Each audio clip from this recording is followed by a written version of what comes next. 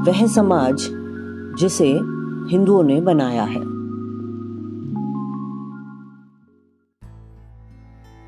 हिंदू समाज संगठन में क्या कोई विलक्षणता है?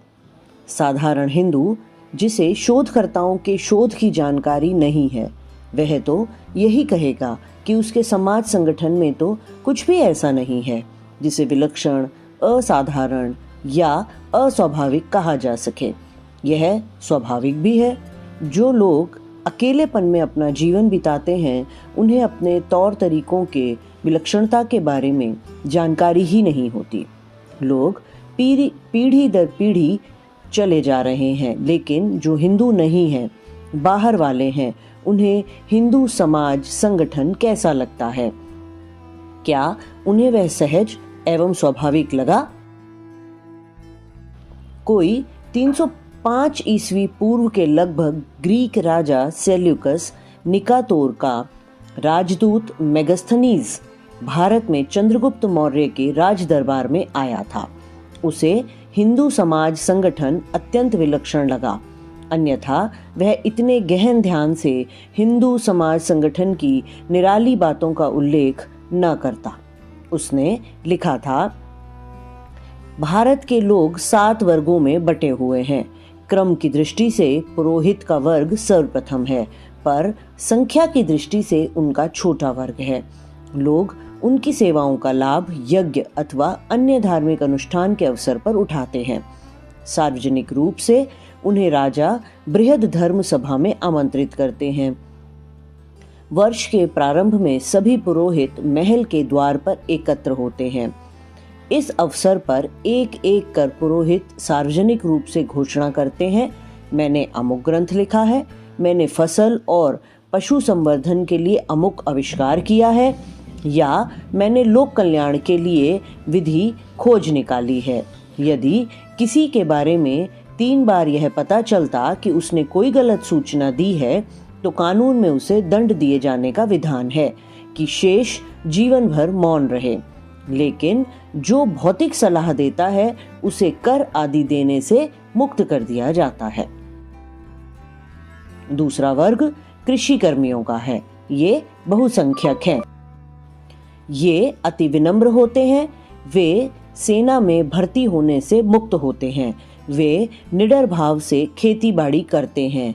वे न तो नगर में वहां के कार्यकलापों में भाग लेने के लिए और न ही किसी अन्य प्रयोजन से वहां कभी आते हैं। अतः बहुधा ऐसा होता है कि देश के एक ही भाग में एक ही अवधि में लोग युद्ध क्षेत्र में अपनी जान की परवाह न करते हुए लड़ रहे होते हैं, तो उसके अति निकट ही दूसरे लोग इन सैनिकों के संरक्षण में निडर होकर हल चला रहे होते हैं। संपूर्ण भूमि राजा की संपत्ति होती है। किसान उसे इस शर्त पर जोतता है कि उसे उपज का 1/4 भाग प्राप्त होगा। तीसरा वर्ग पशुपालकों और शिकारियों का है। शिकार करने, पशुपालन करने और भार ढोने वाले पशुओं को बेचने या मंगनी पर देने की अनुमति केवल उन्हीं की होती है। फसल को नष्ट करने वाले पशु पक्षियों से खेती की रक्षा करने के बदले में राजा उन्हें अनाज देता है। वे घुमक्कड़ होते हैं और तंबुओं में रहते हैं। पशुपालकों और शिकारियों के बाद चौथा वर्ग उन लोगों का है जो व्यापार करते हैं, बर्तन आदि बेचते हैं और शारीरिक श्रम करते हैं। इनमें से कुछ कर अदा करते हैं और कुछ राज्य द्वारा निर्दिष्ट सेवाएं करते हैं। लेकिन शस्त्रास्त्र और जहाजों का निर्माण करने वाले लोग वेतन और रसद राजा से प्राप्त करते हैं, जिसके अधीन वे काम करते हैं। सेनापति सैनिकों को शस्त्रास्त्रों को सप्लाई करते हैं। पोताध्यक्ष यात्री तथा माल ढोने के लिए जहाजों को किराए पर देते हैं। पांचवा वर्ग युद्ध करने वालों का है।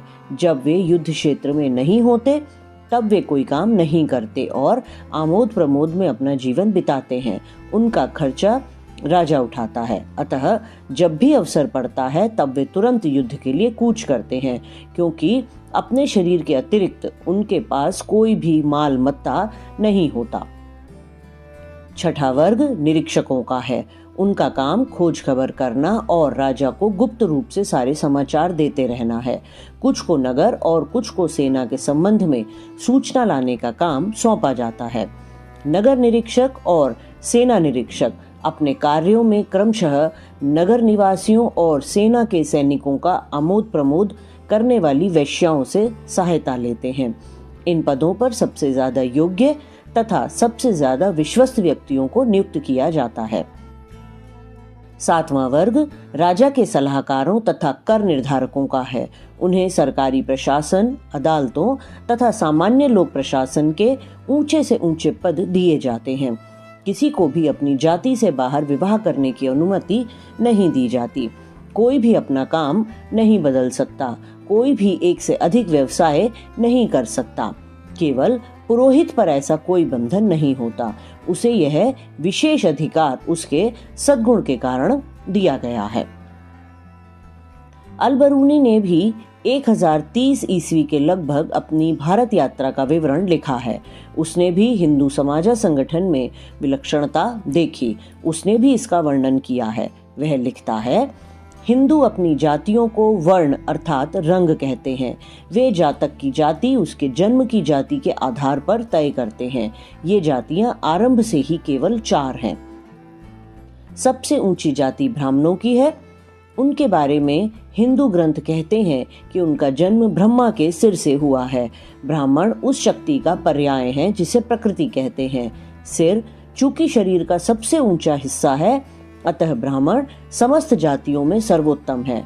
अतः हिंदू उन्हें श्रेष्ठ मानव जाति मानते हैं। दूसरी जाति क्षत्रियों की है। कहा जाता है कि उनकी उत्पत्ति ब्रह्मा की भुजाओं और कंधों से हुई है। उनकी श्रेणी ब्राह्मण के श्रेणी से अधिक निम्न नहीं है। उसके बाद वैश्य आते हैं। उनकी उत्पत्ति ब्रह्मा की जांघ से हुई है। शूद्र जिनकी उत्पत्ति ब्रह्मा के पैरों से हुई है। वैश्यों और शूद्रों के बीच कोई बहुत बड़ी दूरी नहीं है। फिर भी ये वर्ग एक दूसरे से काफी भिन्न हैं, पर वे एक ही नगर और गांव में मिलजुल कर रहते हैं। शूद्र के बाद वे लोग हैं जो अत्यंज कहलाते हैं। वे तरह तरह की सेवा करते हैं। उनकी गिनती किसी जाति में नहीं होती। वे अपने अपने व्यवसाय के नाम से जाने जाते हैं। उनके 8 वर्ग हैं और धोबी, मोची व जुलाहों को छोड़कर वे बिना किसी संकोच के आपस में शादी विवाह करते हैं। इसका कारण यह है कि कोई संबंध रखना नहीं पसंद करता। ये 8 वर्ग हैं: धोबी, मोची, बाजीगर और टोरी और ढाल बनाने वाले, मल्लाह, मछुआरे, जंगली पशु पक्षियों का शिकार करने वाले और जुलाहे। ये लोग गांवों व कस्बों के बाहर रहते हैं, जबकि गांव और कस्बों में उक्त चारों वर्णों के लोग रहते हैं। हादी, डोम, चंडाल और बधताऊ की गिनती किसी जाति या वर्ग में नहीं होती। उन्हें गंदा काम करना पड़ता है, जैसे गांव में सफाई आदि। उन्हें अलग वर्ग के रूप में माना जाता है और प्रत्येक का नाम उसके काम के आधार पर होता है।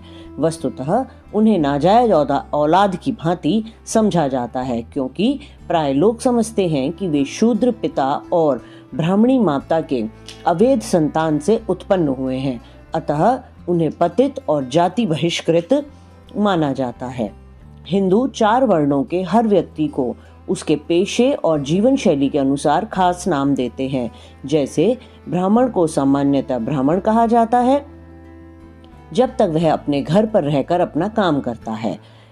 जब वह कहीं यज्ञ करता है तो उसे इष्टिन कहते हैं।